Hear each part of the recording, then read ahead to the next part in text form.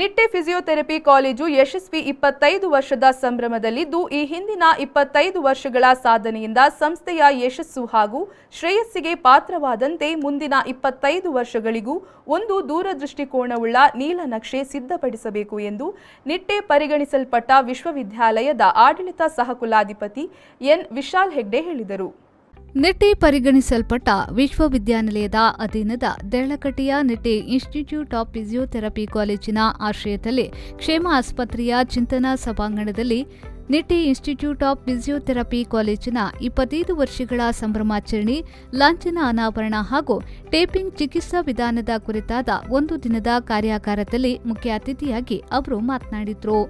ಎಲ್ಲ ಕ್ಷೇತ್ರಗಳಲ್ಲಿ ಇರುವಂತೆ ಫಿಸಿಯೋಥೆರಪಿ ಕ್ಷೇತ್ರದಲ್ಲಿಯೂ ಹಲವು ಸವಾಲುಗಳನ್ನು ದಾಟಿ 25 ವರ್ಷಗಳನ್ನು ಯಶಸ್ವಿಯಾಗಿ ಪೂರೈಸಿದ್ದು ಇದುವರೆಗೆ ಯಾವ ರೀತಿ ಸಾಧನೆಗೈದಿದ್ದೇವೋ ಅದೇ ರೀತಿ ಮುಂದಿನ 25 ವರ್ಷಗಳಿಗೂ ಒಂದು ನೀಲನಕ್ಷೆಯ ಅಗತ್ಯವಿದೆ ಎಂದು ಹೇಳಿದರು.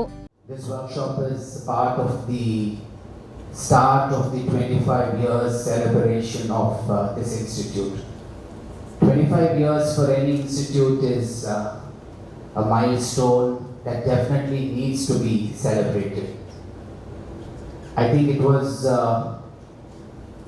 96 or 97 when we decided that we needed to start an institute of physiotherapy.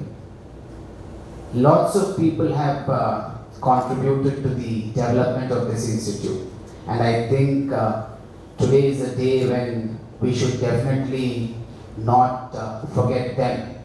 Because the people who were initially responsible for building the foundation are the blocks on which all of us have today built this institution. And I think a round of applause is definitely deserved to all my colleagues who are not with us today. ಸಂಪನ್ಮೂಲ ವ್ಯಕ್ತಿಯಾಗಿ ಬೆಂಗಳೂರಿನ Anuradha college of ಫಿಸಿಯೋಥೆರಪಿಯ principal professor Syed Raees Rizvi ಅವರು ಮಾಹಿತಿಯನ್ನ ನೀಡಿದರು. This occasion is all the more special because it gives me a chance to be a part of history of the institution. Completing 25 years, as rightly said, is a monumental occasion, and I'm glad I'm with you guys on this day. So I'm very, very happy about that. Next, coming to our association with Dhanesh sir, it's been an old one. Sir is a frequent visitor to our college as an MPT examiner. I remember like it was yesterday when sir just called me and said, I was teaching in a workshop in Bangalore. And I took a tea break, I saw sir's missed call. I called him back, very senior to me. I said, sir, sorry I missed your call, tell me what happened. Then sir got this idea, because we have to plan a workshop.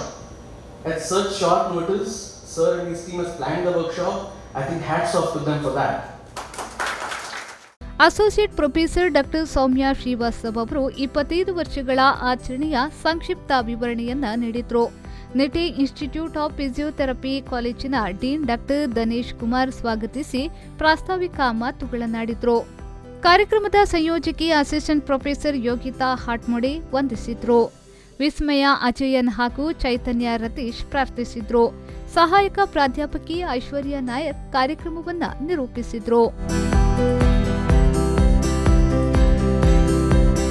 Arif Kalkatta, ವಿ4 news, Deralakatte.